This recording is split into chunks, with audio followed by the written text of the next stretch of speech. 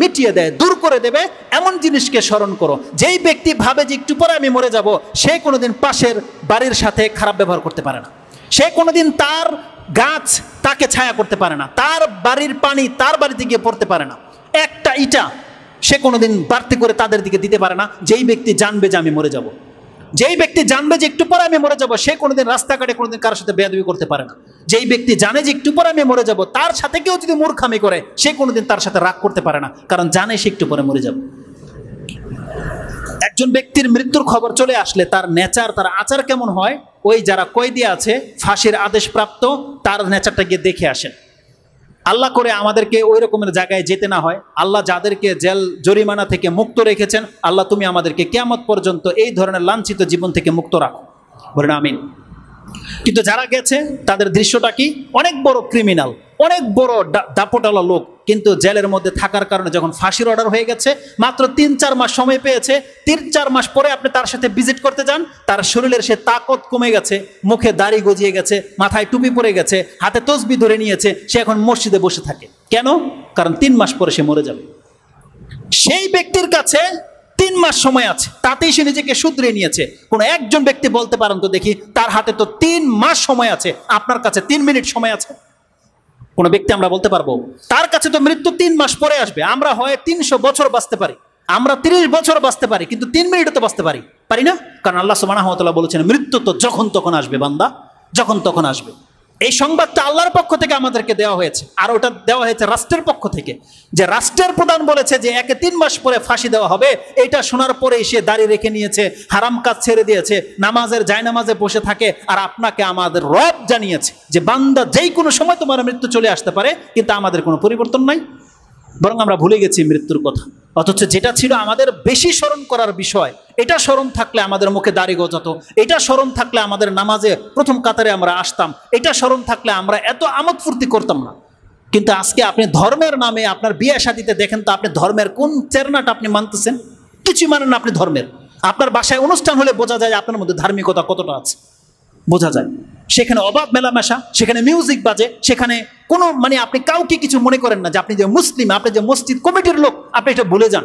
আপনার ঘরের মধ্যে হারাম কাজ চলে, এটা হতে পারে না। মুসলিমদেরকে পরকালমুখী হইতে হবে। তো রাসূলুল্লাহ সাল্লাল্লাহু আলাইহি ওয়াসাল্লাম বলছেন আমাদেরকে মৃত্যুকে স্মরণ করতে হবে। মৃত্যুকে স্মরণ করলে আমাদের জীবন পরিবর্তন হয়ে যাবে, আর এটা করতেই হবে। কেননা জানেন, মৃত্যু যে কোনো সময় চলে আসবে। যেমনটা বলেছি, কেউ বাঁচতে পারেনি, কেউ জানে না কোথায় তার মৃত্যু হবে, কখন তার মৃত্যু হবে, কেউ জানে না। এই কথাগুলো আপনারা জানেন, কিন্তু জাস্ট আমি আজকে আপনাকে স্মরণ করিয়ে দিতে চাচ্ছি যে কিয়ামত কিন্তু খুব নিকটে। কিয়ামত যত নিকটে, তার চেয়ে বেশি নিকটে আপনার আমার মৃত্যু, তার চেয়ে বেশি নিকটে আপনার আমার মৃত্যু। আব্দুল্লাহ ইবনে আমর, তিনি তার ঘর ভেঙে গেছে, ঘর মেরামত করতেছে, তিনি আর তার মা রাসূলুল্লাহ সাল্লাল্লাহু আলাইহি ওয়াসাল্লাম সেদিক দিয়ে যাচ্ছে, বলতেছে, ইয়া আব্দুল্লাহ, কি করতেছো? মা হাজা। তখন বলছে, ইয়া রাসূলুল্লাহ আসনাউ, আমরা এটাকে ঠিক করতেছি, মেরামত করতেছি, ভেঙে গেছিল। রাসূলুল্লাহ বলছেন, আমি তোমাদের মৃত্যু বা আজল তো তার চেয়ে বেশি নিকটে দেখতে পাচ্ছি, যে তোমার এই ঘর ভেঙে যাওয়ার চেয়ে তো নিকটে তোমাদের মৃত্যু বা কিয়ামত। রাসূলুল্লাহ বলেছেন। আজকে আমরা সেই ঘর মেরামত কাজে লিপ্ত, কিন্তু আমি আপনি মরে যাব আমাদের খবর নেই। এখানে বোর্ড নাই, না হলে ক্লাসের মধ্যে এটা দেখানো হয়। রাসূলুল্লাহর একটা হাদিস আমি আপনাকে দেখাতাম। রাসূলুল্লাহ একদিন এইভাবে একটা ছক আঁকলেন, মিডল থেকে একটা দাগ বের করে দিলেন, এবং এই বক্সের ভিতরে যে দাগটা, এই বক্সের ভিতরে যে দাগটা, এটাকে 4টা দাগ দিলেন, এবং বক্সের বাইরে যে মাথাটা, এটাকে 4টা দাগ দিলেন। এবং রাসূলুল্লাহ বললেন, এই ভিতরের যে লম্বা মানুষটা, যেটা বক্স থেকে বাইরে চলে আসছে, এটা হলো মানুষ। এই ব্যক্তির সীমানা হচ্ছে এখান থেকে বর্ডার পর্যন্ত, যেখানে দাগ পড়ে গেছে, এটা হচ্ছে তার মৃত্যু। কিন্তু এই যে বাড়তি যেটা, রাসূলুল্লাহ বলছে এটা তার আশা আকাঙ্ক্ষা। সে ভেবে রেখেছে যে আমি অমুক সানে হজ করব, আমি অমুক সন থেকে কুরবানি করব, আমি অমুক সন থেকে নামাজ ধরবো, আমি এটা করার পরে দাঁড়িয়ে রাখবো, এগুলো ভেবে রেখেছে। কিন্তু রাসূলুল্লাহ বলছেন অথচ এগুলো সব তার মৃত্যুর বাইরে, তার আগেই তার মৃত্যু চলে আসবে। যখনই ছোটখাটো একটা বিপদ হয় তখনই বলে নেয় আমি ভালো হয়ে যাব।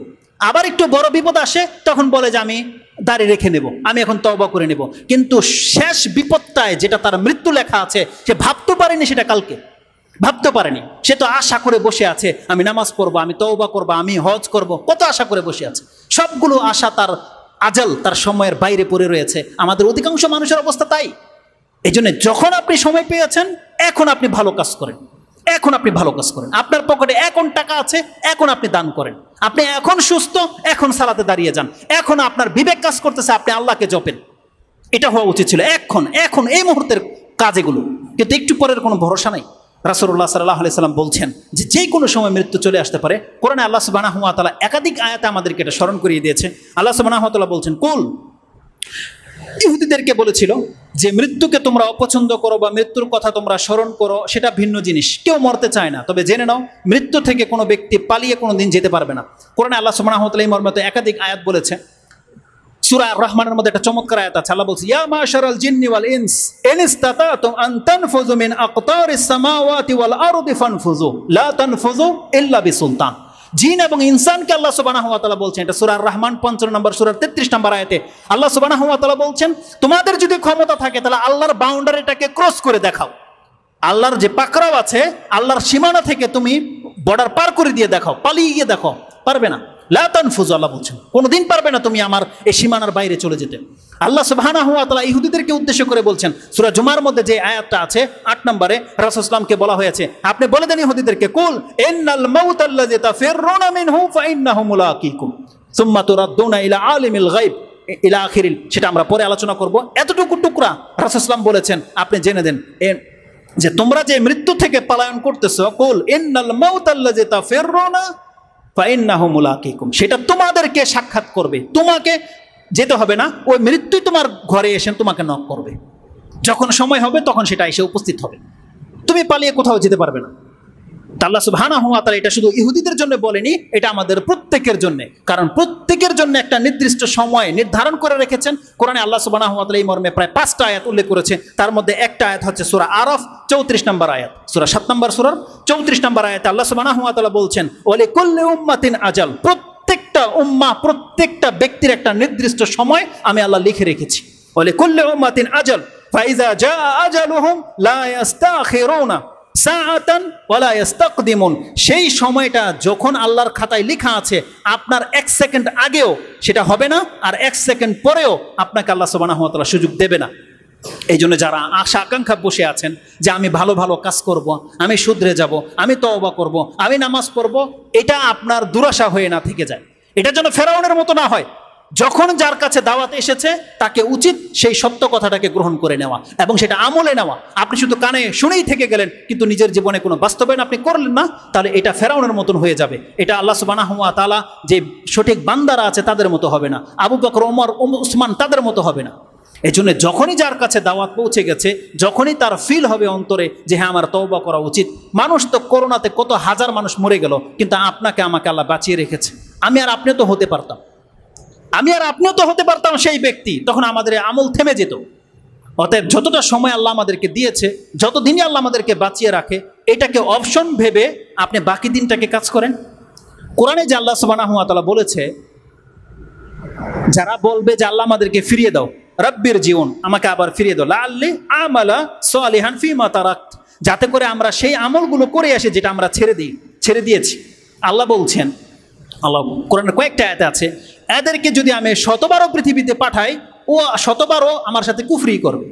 আপনি কি একবার ভাবেন, একটা লোক জাহান্নাম দেখে নেওয়ার পরে ওকে যদি আবার দুনিয়াতে পাঠায়, তাহলে কি করে হতে পারে যে আল্লাহকে অবিশ্বাস করবে? দেখে নেওয়ার পরে, ফেরেশতা দেখে নেওয়ার পরে অবিশ্বাস করতে পারে? এটা আপনার আমার থিওরি, কিন্তু আমাদের চরিত্র কিন্তু আল্লাহর সেই আয়াতটাকে বাস্তবায়ন করতেছে। কিভাবে জানেন? এই যে যেই দিন করোনা পুরো পৃথিবীটাকে ছেয়ে গেল, আপনি কি বলেছিলেন সেই দিন আল্লাহর কাছে? যে আল্লাহ তুমি আমাকে মুক্ত করে দাও, আমি আর পাপ করবো না। যেমনি আল্লাহ সুবহানাহু ওয়া তাআলা আপনাকে আশ্বাস দিয়ে দিয়েছে যে আপনার করোনা হয়নি আর আপনি মরবেন না, আপনার ওই আগের চরিত্রে ফিরে এসেছেন। ব্যাপারটা তাই নয়? একটা লঞ্চ যখন ডুবে যায়, 300 মানুষ মরে গেল, যেই ব্যক্তি বেঁচে আসছে সে তো তখন এই কথাই বলেছিল, আল্লাহ তুমি আমাকে বাঁচিয়ে দাও, আল্লাহ আমি আমার জীবনের সমস্ত পাপকে দূর করে দেব। যেই ব্যক্তি বিমান ক্রাশ হওয়া অবস্থায় বেঁচে গেছে, আপনি কি বলতে পারবেন পৃথিবীতে এরকম হাজারো ঘটনা ঘটে, কিন্তু কতজন ব্যক্তি আছে যে সত্যি সত্যি আল্লাহর কাছে তওবা করেছে? বরং আল্লাহ সুবহানাহু ওয়া তাআলা মক্কার মুশরিকদের সম্পর্কে বলতেছে, যারা যখন সমুদ্রে বিচরণ করে, মেঘ বা ঢেউ যখন তাদেরকে ঢেকে নেয়, তারা একমাত্র আল্লাহকে ডাকে, যেমনি তাদেরকে উপরে উঠিয়ে আনা হয় আবার শিরিক করে। আজকে আমাদের মুসলমানদের চরিত্র হয়ে গেছে তাই। যখনই বড় কোনো বিপদে পড়েন, বড় কোনো অসুস্থতার মধ্যে আপনি আছেন, বিপর্যয় চলে আসছে, তখন আপনি আল্লাহকে জপেন, আল্লাহকে বলতেছেন যে আল্লাহ আমি ভালো হয়ে যাব, আল্লাহ তুমি আমাকে মাফ করো, আমাকে সুস্থ করে দাও। যেমনি আল্লাহ আপনাকে আবার সচ্ছলতা দিয়ে দিয়েছে, যেমনি আপনাকে আল্লাহ সুস্থতা দিয়ে দিয়েছে, আপনার সমস্যা দূর করে দিয়েছে, আপনি সে আগের চরিত্রে ফিরে এসেছেন। এটা হওয়া উচিত নয়। আল্লাহ সুবহানাহু ওয়া তাআলা প্রত্যেকটা ব্যক্তিকে একটা অপশন দেয়, কিছু অপশন দেয় আল্লাহ সুবহানাহু ওয়া তাআলা। আল্লাহ চাই যে এই অপশনের মধ্যে আমার বান্দা আমার পথ ধরে নেক। আর এই সুযোগটা সবার সব সময় আসে না। যার যখন আসে, কোনো ব্যক্তি যদি সেই সময়টাকে কাজে লাগাতে পারে, সে হচ্ছে সাকসেস, সে হচ্ছে গেনার, সেই ব্যক্তি হচ্ছে জিতে যাওয়া ব্যক্তি, সেই ব্যক্তি হচ্ছে সফলকাম ব্যক্তি। আমাদের কেমন হতে হবে? এই সুযোগ সবার সব সময় আসবে না। এই জন্য আজকে এই কথাগুলো ওপেনলি আপনাদেরকে বলতে পারতেছি। এমন একটা সময় আসবে যে এই কথা আপনার কান পর্যন্ত আসবে না, বলার মতো কেউ থাকবে না। অতএব আল্লাহ সুবহানাহু ওয়া তাআলার কথা আমরা যথেষ্ট শুনেছি, কোরআন এবং হাদিস আমাদেরকে গুলে গুলে বহু খাওয়ানো হয়েছে, কিন্তু আমাদের আমলের মধ্যে সেটা প্রভাব পড়তেছে না। আমাদেরকে আমলে আসতে হবে, কথাগুলোকে মূল্যায়ন করার চেষ্টা করেন, তওবা করেন। জীবনের অনেক স্বাদ আল্লাহ পার করে দিয়েছেন, এখন কেন আপনাকে জর্দা খেতে হবে? এখন কেন আপনাকে সিগারেট খেতে হবে? আপনি তো কিছুদিন পরে মরে যাবেন। এখনো কেন আপনাকে সুদ খেতে হয়? এখনো কেন অন্যের দিকে তাকিয়ে আপনি হিংসায় জ্বলেন? কেন? এই পৃথিবী তো আর বেশি দিন টিকবে না। যে কোনো সময় আমাদেরকে আল্লাহ সুবহানাহু ওয়া তাআলার কাছে যেতে হবে। আল্লাহ সুবহানাহু ওয়া তাআলা বলছেন, যখনই সে সময়টা চলে আসবে, সেই সময়টা থেকে কোনো ব্যক্তিকে এক মুহূর্ত পর্যন্ত ছাড় দেওয়া হবে না। আর আল্লাহ সুবহানাহু ওয়া তাআলা সূরা লুকমানের সর্বশেষ আয়াতে বলেছেন, 34 নম্বর আয়াতে, যে কোনো মানুষ জানে না কোন জমিনে কখন তার মৃত্যু ঘটবে। আল্লাহ সুবহানাহু ওয়া তাআলা বলছেন, ওয়ামা তাদরি নাফসুম বিআইয়ি আরদিন তামুত, কোনো ব্যক্তি জানে না কোন জমিনে তার মৃত্যু হবে। তাহলে যখন আল্লাহ জমির কথাটা বলেছে, তাহলে যারা জমি নিয়ে রেশারেশি করেন, আপনি কিভাবে ভাবলেন যে এই বাড়িতে থেকে আপনার মৃত্যু হবে? কিভাবে ভাবলেন এটা? কেন ঝগড়া মানুষের সাথে তাহলে জমি নিয়ে, বাড়ি নিয়ে, বা প্রতিবেশীর সাথে? কেন আমাদের এই সমস্যা? কেন? কারণ আল্লাহ বলছেন, বান্দা তুমি জানো না যে কোন জমিনে তোমার মৃত্যু হবে। তো মৃত্যু যে কোনো সময় আসবে, এটা আপনি অপছন্দ করেন আর নাই বা করেন, মৃত্যু থেকে আজ পর্যন্ত না কেউ বাঁচতে পেরেছে আর না কেউ বাঁচতে পারবে। বরং আমাদেরকে চিন্তা করতে হবে যে আমার আপনার মৃত্যুটা ভালো মৃত্যু কিভাবে হয়, সহজ মৃত্যুটা কিভাবে হয়, এটা আমাদের করণীয়। জ্ঞানীদের উচিত এটা চিন্তা করা। এটাই ছিল আজকের আমার আলোচনার মূল বিষয়, যে মরে তো যাবো আমরা সবাই। মৃত্যু নিয়ে ভাবার বিষয়টা নয়, ভাবার বিষয় হচ্ছে রাসূলুল্লাহ সাল্লাল্লাহু আলাইহি ওয়াসাল্লামের পক্ষ থেকে এমন একটা কঠিন সংবাদ দেওয়া হয়েছে। এটা আমি কঠিন বললাম, প্রত্যেকটা সৌভাগ্যবান ব্যক্তিদের জন্য এটা হলো সুসংবাদ, প্রত্যেকটা সৌভাগ্যবান ব্যক্তিদের জন্য। আর যারা হতভাগ্য, তাদের জন্য আজকের কথাটা অনেক কঠিন হবে। জানেন রাসূলুল্লাহ সাল্লাল্লাহু আলাইহি ওয়াসাল্লাম কি বলেছে? এটা আল্লাহর ফয়সালা, এটা ইসলামের নীতি। সেটা কি জানেন? যেই ব্যক্তির মৃত্যু যেই দিন হবে, যেই মুহূর্তে হবে, আল্লাহ দেখবে ওই সময় কোন জায়গায়, কোন অবস্থায়, কিভাবে তার মৃত্যুটা হয়েছে। এই ব্যক্তি যদি মসজিদে বসা থাকা অবস্থায়, নামাজরত অবস্থায়, হালাল গ্রহণ করা অবস্থায় তাওহীদি অন্তর নিয়ে মরে যায়, এটা হবে আল্লাহর কাছে ওর পরিচয়। 60 বছর আগে ও বাবার সেজদা করেছে, শিরিক করেছে, আল্লাহকে গালি দিয়েছে। আল্লাহ বলছেন, বান্দা তার 1 ঘন্টা পর যদি তুই আমার বান্দা হয়ে থাকিস, আর ওই সময় যদি তোর মৃত্যুটা আসে, 60 বছর তুই কি ছিলি এটা আমি দেখবো না। জানেন আল্লাহ সুবহানাহু ওয়া তাআলা কি বলেছে? 60 বছর কোনো ব্যক্তি পাপ করেছে, কিন্তু মৃত্যুর কিছু মুহূর্তে সে শুধু আল্লাহকে ডাক দিয়ে ফেলেছে, সে তওবা করতে চেয়েছে, সে আল্লাহর রাস্তা ধরে নিয়েছে। আর ওই অবস্থায় যদি তার মৃত্যু হয়, রাসূলুল্লাহ সাল্লাল্লাহু আলাইহি সাল্লামকে আল্লাহ এটা জানিয়ে দিয়েছে, আপনি জানিয়ে দেন, যার শেষ অবস্থা যেটা হবে বিচারের মাঠে এটাই গণ্য হবে। এটা সুসংবাদ। আর দুঃসংবাদটা কি? যারা আমরা ইবাদত তো করতেছি, অনেক যুবকরা ছোট থেকে নামাজ পড়ি, ছোট থেকে দাঁড়িয়ে রেখে নিয়েছি, ছোট থেকে হালাল খাই, কিন্তু আপনি আর আমি জানি না যে আমাদের মৃত্যুটা কোন অবস্থায় হবে। হাজার মানুষ আছে যারা পরহেজগার, কিন্তু একটা পর্যায়ে দাঁড়িয়ে ফেলে দেয়, একটা পর্যায়ে এসে সুদ খায়, একটা পর্যায়ে এসে ঘুষ খায়, একটা পর্যায়ে এসে জেনায় লিপ্ত হয়ে যায়, একটা পর্যায়ে এসে তার দ্বারা কোনো ব্যক্তিকে হত্যা করে ফেলেছে, একটা পর্যায়ে এসে আল্লাহর সাথে শিরিক করে, একটা পর্যায়ে এসে সে কুফরি করে, অথচ 60 বছর সে আল্লাহর ইবাদত করেছিল। জানেন এটা কত বড় ক্ষতি? এই অবস্থায় যদি সে মরে যায়, হারাম খাওয়া অবস্থায়, শিরিক করা অবস্থায়, পাপের অবস্থায়, ফিল্ম দেখা অবস্থায় যদি মরে যায়, জেনা করার জায়গায় যদি গিয়ে মরে যায়, সিগারেট মুখে, আর এই সময় যদি আপনার মৃত্যু চলে আসে, আপনি কি মনে করেন রেজাল্টটা কি হতে পারে? ফেরেশতারা রিপোর্ট দেবে, আল্লাহ ওকে হারাম খাওয়া অবস্থায় ওকে আমি তুলে নিয়ে এসেছি, ও হারামখোর। রেজাল্টটা কি হবে আপনি বলেন? কিন্তু যেই ব্যক্তি কাউকে দান করতেছে, ওই মুহূর্তে যদি তার মৃত্যুটা চলে আসে, আপনি সাকসেস। রাসূলুল্লাহ সাল্লাল্লাহু আলাইহি সাল্লাম তো সোমবার আর বৃহস্পতিবার কেন সিয়াম রাখতেন? এই কথাটাই তো বলেছিলেন যে সোমবার আর বৃহস্পতিবার আমলগুলোকে আল্লাহর কাছে উঠানো হয়। ওয়া আনা উহিব্বু আইয়ুরফা আমালি ওয়া আনা সাইম, আর আমি মুহাম্মদ সোমবার আর বৃহস্পতিবার এই জন্য সিয়াম রাখি যে আমি পছন্দ করি যে আমার আমল আল্লাহর কাছে পেশ করা হচ্ছে, আর আল্লাহ দেখবে যে আজকে মুহাম্মদ সিয়াম অবস্থায় আছে। এটা কত বড় ব্যাপার! তার মানে ইবাদত করা অবস্থায় মরে যাওয়া, ভালো অবস্থায় মরে যাওয়া, এটা প্রত্যেকটা সৌভাগ্যবান ব্যক্তির কাজ, প্রত্যেকটা সৌভাগ্যবান ব্যক্তির। রাসূলুল্লাহ সাল্লাল্লাহু আলাইহি সাল্লাম থেকে হাদিসগুলো কিভাবে এসেছে? বুখারী খোলেন, তার কিতাবুত তাকদির 82 নম্বর অধ্যায়ের মধ্যে আপনি একটা হাদিস পেয়ে যাবেন, 6607 6607 নম্বরে এই হাদিসটা রয়েছে। রাসূলুল্লাহ সাল্লাল্লাহু আলাইহি ওয়াসাল্লাম বলছেন, ইন্নাল আবদা লা ইয়ামালু আমালান মিন আহলিল জান্নাহ ওয়া হুয়া মিন আহলিন নার ওয়া ইয়ামালু আমালা আহলিন নার ওয়া ইয়ামালু আমালা আহলিল জান্নাহ ওয়া ইন্নাহু মিন আহলিন নার। রাসূলুল্লাহ সাল্লাল্লাহু আলাইহি ওয়াসাল্লাম বলছেন, কতক বান্দা আছে যারা জাহান্নামের কাজ করে, জাহান্নামের কাজে লিপ্ত, কিন্তু তার তকদির এত ভালো সে শেষ পর্যন্ত এসে জান্নাতের কাজ করা শুরু করে দেয়। ওয়া ইয়ামালু আমালা আহলিল জান্নাহ, ভাষাটা কম, আমালা আহলিন নার, সে জাহান্নামী কাজ করতে থাকে, ওয়া ইন্নাহু মিন আহলিল জান্নাহ, অথচ সেই লোকটা জান্নাতি। আর কতক লোক আছে যে জান্নাতের কাজ করতে আছে কিন্তু ওয়া ইন্নাহু মিন আহলিন নার, কিন্তু লোকটা জাহান্নামী। সমন্বয় কি? যে একটা লোক 60 বছর ধরে আল্লাহর ইবাদত করলো কিন্তু লোকটা জাহান্নামী, আরেকটা লোক 60 বছর ধরেই পাপী ছিল কিন্তু লোকটা জান্নাতে। কিভাবে? রাসূলুল্লাহ সাল্লাল্লাহু আলাইহি ওয়াসাল্লাম বলছেন, এটা হচ্ছে এই জন্যে ওয়া ইন্নামাল আমালু বিল খাওয়াতিম, কারণ আল্লাহর কাছে গ্রহণযোগ্য আমল হচ্ছে সর্বশেষ অবস্থা। তার মানে সর্বশেষ অবস্থায় যারা এখন দাঁড়িয়ে রেখে নিয়েছেন, যারা আল্লাহ সুবহানাহু ওয়া তাআলাকে ডাকেন, যারা সালাত আদায় করতেছেন, আপনি কত সৌভাগ্যবান। যারা বয়োজ্যেষ্ঠ হয়ে গেছেন, কত সৌভাগ্যবান যে আপনি ইসলামের উপরে আছে। কালকে মাত্র হাদিসটা দেখলাম, মিশকাতে একটা হাদিস এসেছে, যার দাড়ি সাদা হয়ে গেছে ইসলামের অবস্থায় থাকা সত্ত্বে, সে ইসলামের অবস্থায় আছে, সে মুসলিম আর তার দাড়ি সাদা হয়ে গেছে, তার মানে সে মুসলমানই ছিল। কিয়ামতের মাঠে প্রত্যেকটা দাড়ি নূর আল্লাহ দিয়ে দিবে, প্রত্যেকটা দাড়ি, প্রত্যেকটা চুল নূরের মতো চমকাবে। এটা হচ্ছে ইসলামের উপর থাকা বয়স্ক ব্যক্তিদের মর্যাদা। তো রাসূল সাল্লাল্লাহু আলাইহি ওয়াসাল্লাম বলছেন, ওয়া ইন্নামাল আমালু বিল খাওয়াতিম, সর্বশেষ যাকে যেই অবস্থায় পাওয়া যাবে এটাই হবে তার পরিচয়। এজন্য আজকে যদি আপনি নামাজি হন আর আজকে যদি আপনার মৃত্যু চলে আসে, তার মানে আপনার আল্লাহ সুবহানাহু ওয়া তাআলার কাছে লেখা হবে এটা আমার নামাজি বান্দা। অথচ আপনি 40, 50, 60 বছর নামাজ পড়েননি, ওটা সব মাফ হয়ে যাবে।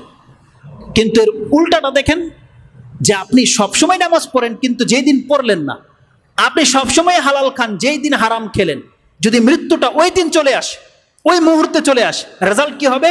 যে আপনি জান্নাতেই ছিলেন কিন্তু আপনার এই বদকর্মের কারণে আপনি এখন নিজেকে জাহান্নামী করে নিয়েছেন।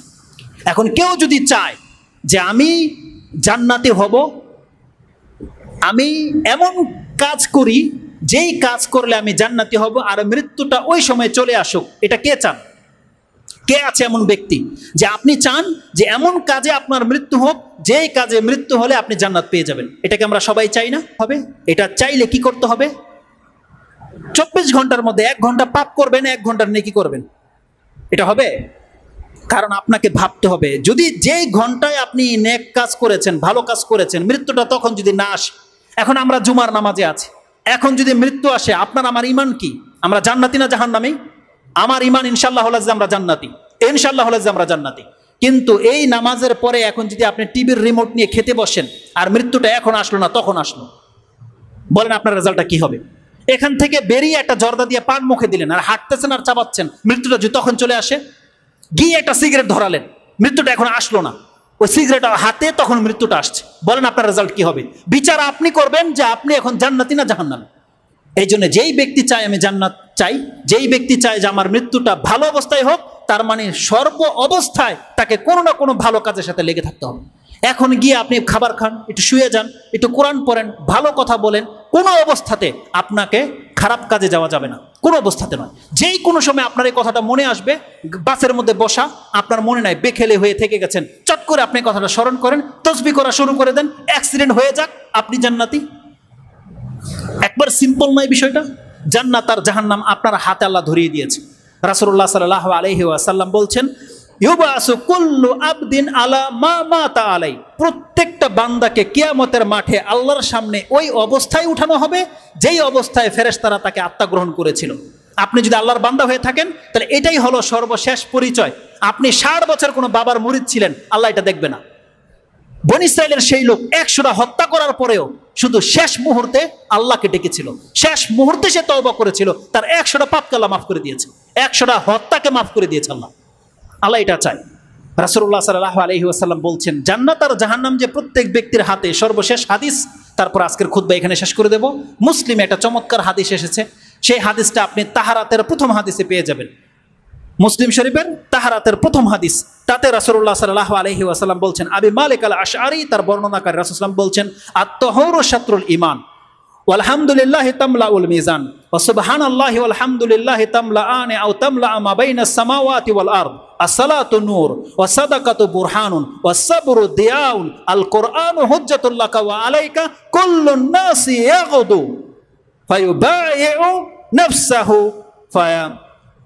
بايعوا نفسه فمؤتكها أو مهلكها وفي رواية موبكها।